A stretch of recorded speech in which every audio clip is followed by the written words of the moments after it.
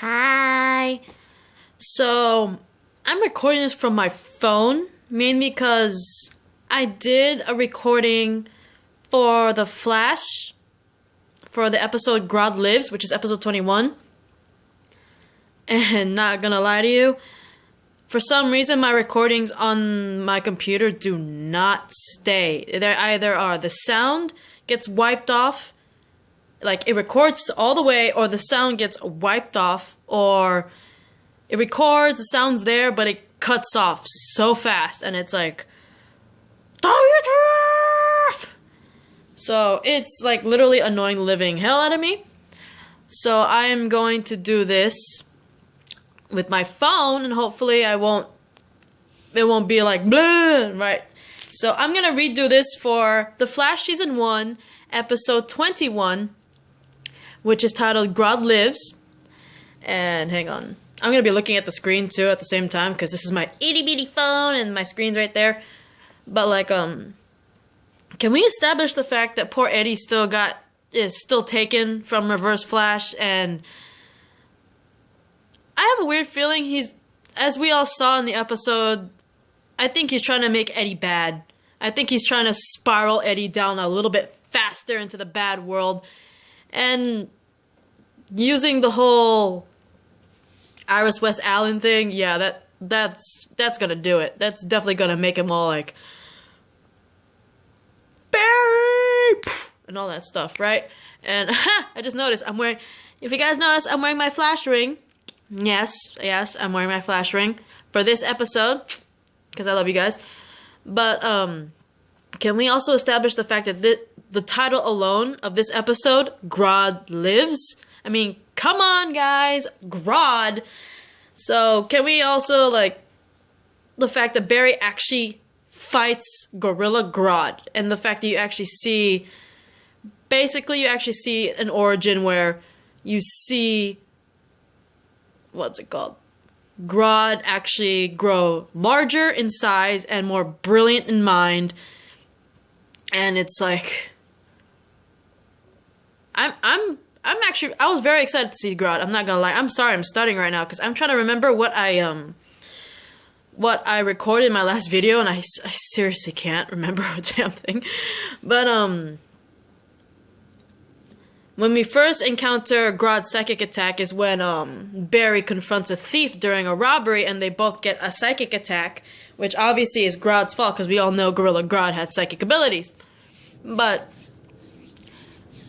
also the fact that Iris in the last episode knows that Barry is the Flash from the last episode and actually confronts him in this episode about it.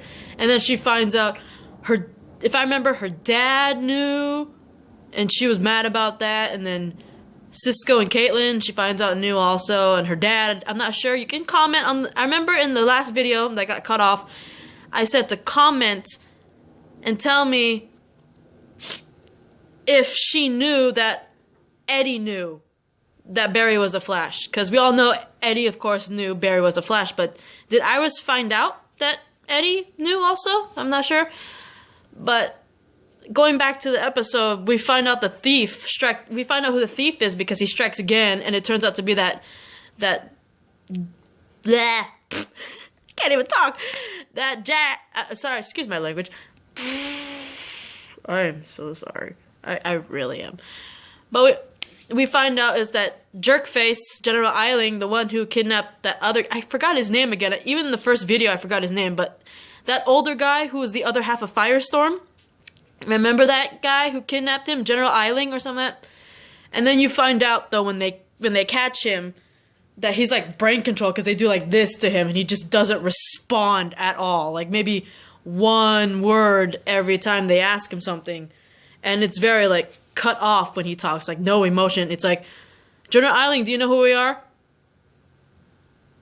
Flash. You know what I mean?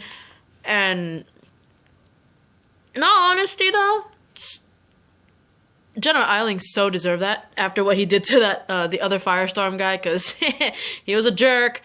And then back to the episode though, the fact that Iris is able to suck it up a little bit and, you know, help out the team which I'm calling Team Flash, only because, you know, Team Arrow, Team Flash, you know what I mean? Oh, sorry, I got distracted by this. But anyway, the fact that she helps out Team Flash and tracks down where Grodd could possibly be. They end up in the sewers, and I just love Cisco's reaction. He's like, yeah, you guys, go on to the sewers. I'll see you soon. And then he ends up going to, he's like, oh, fine. It shows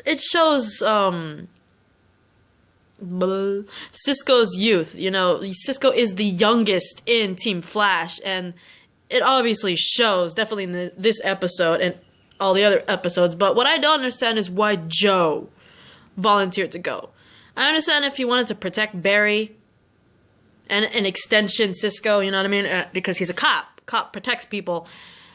But I feel like there was like another reason to it. You could also put that in the comment section. What you think was the reason why Joe volunteered to go with Barry and Cisco to look for Grodd? Because the only one I can think of was like, you know, Joe's a cop.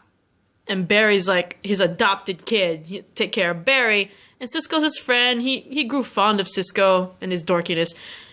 But besides being a cop and protecting family and friend, I think there's another motivation to that. And I think it's something to do with Iris. I'm not sure. But when Joe gets kidnapped by Grodd, and Joe gets that experience with him where not only does Joe see how huge Grodd is, like he doesn't even understand how freakishly big Grodd is until he sees him up close, and it's like, oh, big monkey, right? And not only does he see the size of this gorilla, he sees the extent of his mind control powers, because he takes out his gun to try to shoot Gorilla Grodd, and Grodd literally uses his mind and faces the gun at Joe. And I'm not gonna lie, if I was in Joe's shoes right now, at that moment, I would probably, excuse my language, I'd probably shit in my pants. Because, no. And I don't blame Joe for freaking out the whole time afterwards, you know, like his whole encounter with Grodd. Afterwards, Joe was just, I know he was injured and stuff, so he was partially in pain and everything, but I think part of his reaction was also, you know, Grodd freaking him out like crazy, and I don't blame him. I would probably be the same. And I give props to Cisco and Caitlin for building that device to try to prevent Grodd's psychic ability. Unfortunately, Grodd was too powerful for that, and the poor device ends up being damaged. But that's a pretty cool device. It's like, if you could cross-reference DC to Marvel, I would totally ask Caitlin and Cisco to use that against any mind-controlling mutant. Professor X.